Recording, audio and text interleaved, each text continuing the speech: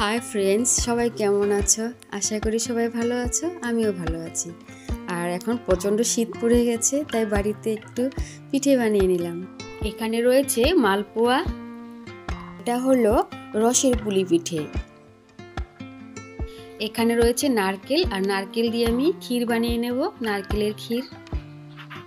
আর আমি চালের গুঁড়ো করে নিচ্ছি এখন। আজকের আমি পিঠেগুলো খুব সিম্পলভাবে দেখাবো।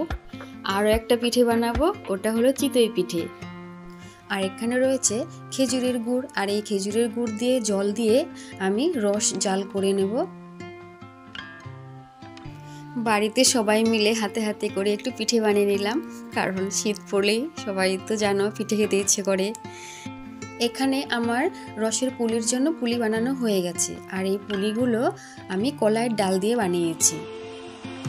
আর এটা তোমরা চাইলে মুগের ডাল দিয়েও বানাতে পারবে। এই পুলির ভেতরে আমি নারকেলের ক্ষীরগুলো ভরে দিয়েছি। আমি এই পুলিগুলো এখন ফ্রাই করে নেব। আর এখানে আমি রস জাল বসিয়ে দিয়েছি খেজুরের গুড় দিয়ে। এটাও এখন কমপ্লিট হয়ে গেলে তারপর আমি ওই ফ্রাই পুলিগুলো রসের মধ্যে কিছুক্ষণের জন্য ডুবিয়ে রেখে দেব।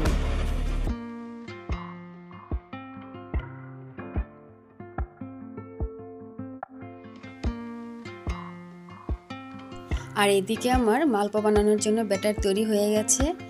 আর যেহেতু আমি আগেই বলেছি আজকের পিঠে বানানোটা আমি একদম শর্টকাট দেখাচ্ছি, পরে আবার এক সময় দেখাবো যে কিভাবে আমি এই পিঠেগুলো বানাবো। কারণ শীত তো এখনও অনেক দেরি আছে শেষ হতে, আর এই শীতে তো আবার পিঠে খাওয়া হবেই, তখন না হয় দেখিয়ে দেব। আর এখন আমি একটা একটা করে মালপোয়াগুলো ভেজে নিচ্ছি। এখন আমার মালপোয়া বানানো রেডি হয়ে গেছে।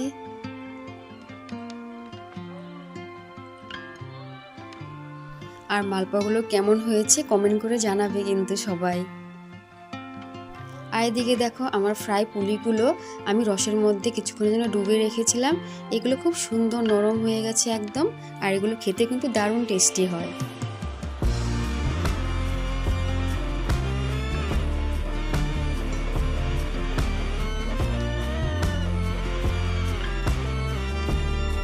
এখন আমার রসের পুলি পিঠে আর মালপোয়া দুটো একদম রেডি হয়ে গেছে।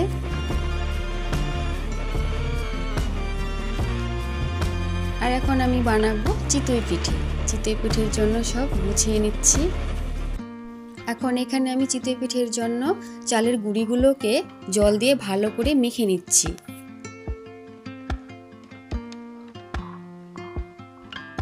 আর এই চিতই পিঠেগুলো এখন মাটির উনুনে একটা একটা করে ভেজে নেব।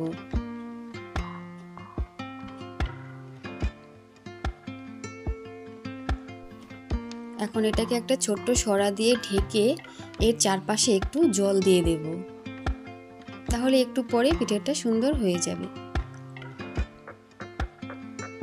এই তো হয়েও গেছে চিতই পিঠে বানানো। এইভাবে একটা একটা করে আমি সবগুলো ভেজে নেব এখন।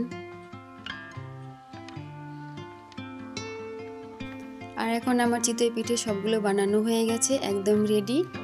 আর আমার ভিডিওটা কেমন হয়েছে তোমরা একটু কমেন্ট করে জানিও।